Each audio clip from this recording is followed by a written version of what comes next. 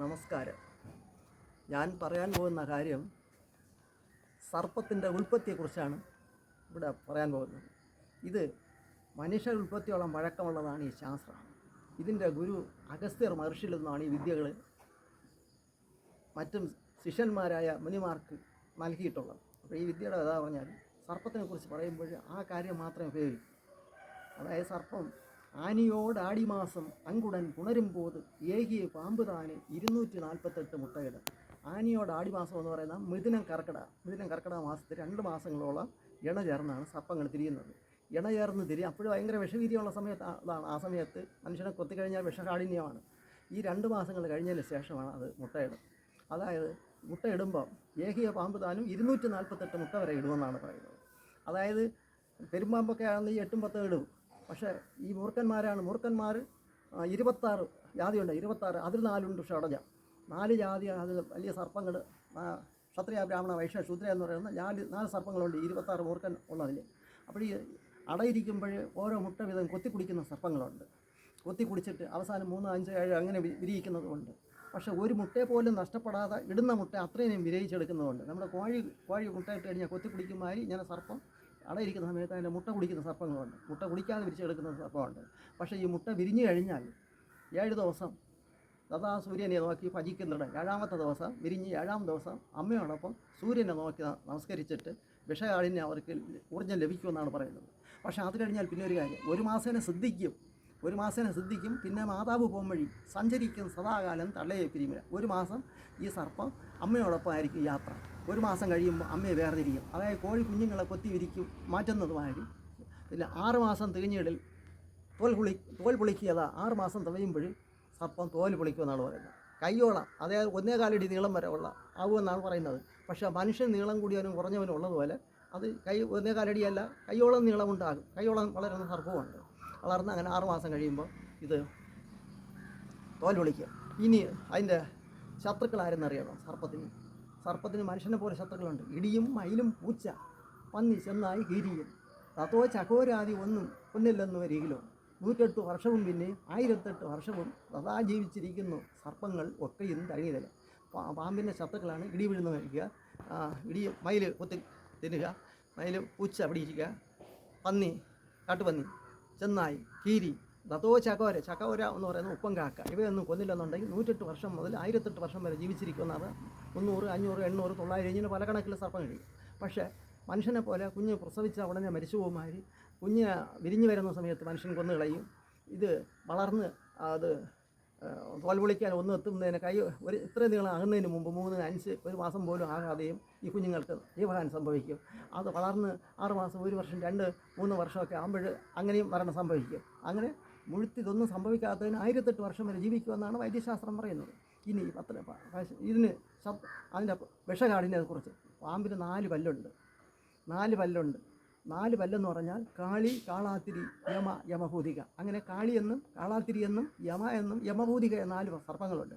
ഒരു സർപ്പം നേരെ ഇങ്ങനെ കൊത്തിക്കഴിഞ്ഞാൽ വിഷകാഠിന്യം ഏൽക്കില്ല. അല്പം ചെറിയ ഒരു വിഷം ഏൽക്കുമ്പോൾ തീറ്റിക്കടി പോലെ അതിന് തീറ്റിയെടുക്കുന്ന സമയത്ത് നേരെയാണ് ഇങ്ങനെ കൊത്തുന്നത്.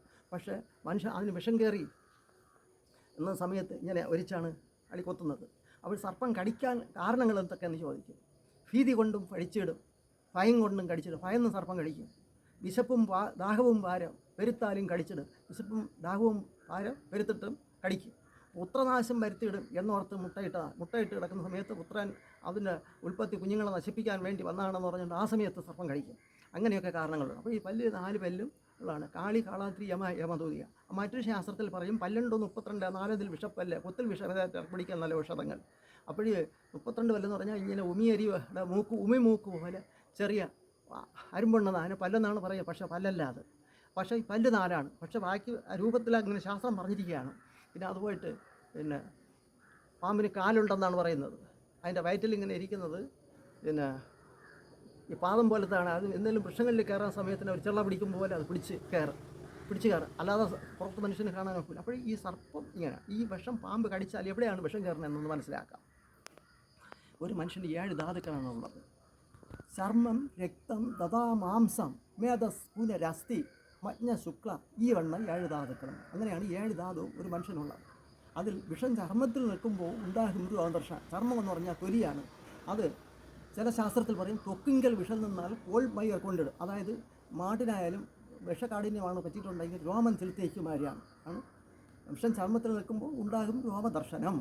രക്തത്തിൽ ആയിഴിൽ വിയർക്കും ദേഹമേറ്റും. പാമ്പ് കടിച്ച ഉടനെ തന്നെ രക്തത്തിൽ വിഷം കയറിയിട്ടുണ്ട്, ശരീരം മൊത്തത്തിൽ അങ്ങ് വിയർക്കും. നിറപ്പകർച്ചയും ചൂടും കാണാം മാംസത്തിൽ. നിറപ്പകർച്ചയും ചൂടും എന്ന് പറഞ്ഞാൽ പനി പോലെ കാണിക്കും. മാംസത്തിൽ വിഷം കയറിയെന്ന് പറയും. അസ്ഥിയിൽ കണ്ണ് കാണാതെ, അസ്ഥിയിലാണ് ഇപ്പോൾ വിഷം കയറിയെന്ന് പറഞ്ഞാൽ കണ്ണ് കാണില്ല. പക്ഷെ നമ്മൾ ചോദിക്കും, വർത്താനമൊക്കെ പറഞ്ഞുകൊണ്ടിരിക്കും, അയ്യോ എനിക്ക് കണ്ണ് കാണില്ല എന്ന് പറയും. പാമ്പ് കടിയേറ്റ ഉടനെ തന്നെ വിഷം അസ്ഥിയിലാണ് വിഷം കയറി, കണ്ണ് കാണില്ല.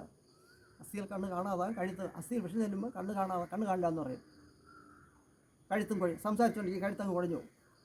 ഇക്കിളും ദീർഘദോസം, രണ്ടും പറ്റിയല്ലേ ഇക്കിള് ഇങ്ങനെ ഇക്കിളും ദീർഘശ്വാസം രണ്ടും വജ്ഞയിലെത്തുകൾ.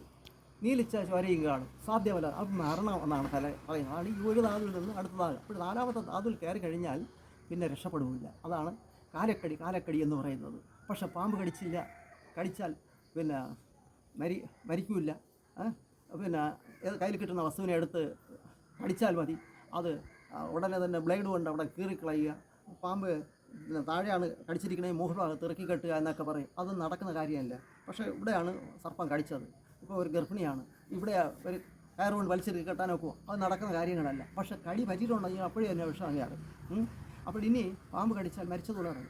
കടി പൊട്ടപ്പോഴേ തന്നെ മോഹിച്ചു ദുഷ്ടനെങ്കിൽ കടിച്ച ഉടനെ തന്നെ ഉള്ളടങ്ങി ഇരിപ്പുണ്ടു ജീവനെന്ന് ഉപദേശമാണ്.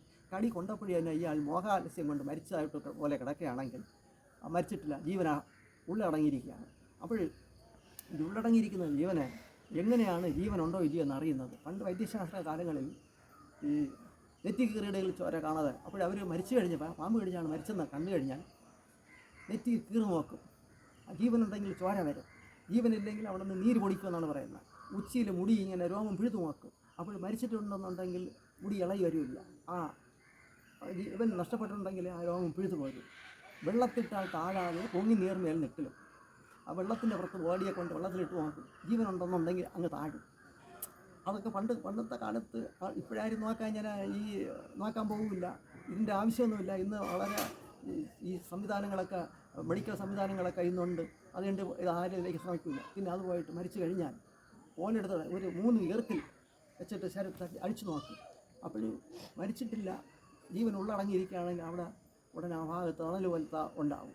അതും ഇല്ലെന്നുണ്ടെങ്കിൽ സാധനം ജലം പിടിച്ചിട്ട് കൈ കൊണ്ട് തിരുമി നോക്കും. കുറച്ച് നേരം അങ്ങ് തിരുമി അവിടെ എടുത്താൽ ജീവന ഉള്ളടങ്ങിയിരിക്കുകയാണെങ്കിൽ രോമാഞ്ചം ഉണ്ടാകും. ഇതൊക്കെയാണ് പണ്ടുള്ള കാലത്ത് നോക്കിയിട്ട് പിന്നെ ശരീരം മറവ് ചെയ്യുന്നത്. ഇന്ന് അതൊന്നുമില്ല. ഇന്ന് സാങ്കേതിക വിദ്യയൊക്കെ വളരെ ആയിട്ടുണ്ട്. അതൊന്നും ഇതൊക്കെ വൈദ്യത്തിൽ പറയുന്നത് ഒരുപാട് കാര്യങ്ങൾ ഭയങ്കരമായിട്ടുള്ള കാര്യങ്ങളാണ്. അതൊന്ന് വെച്ച് നോക്കില്ലേ.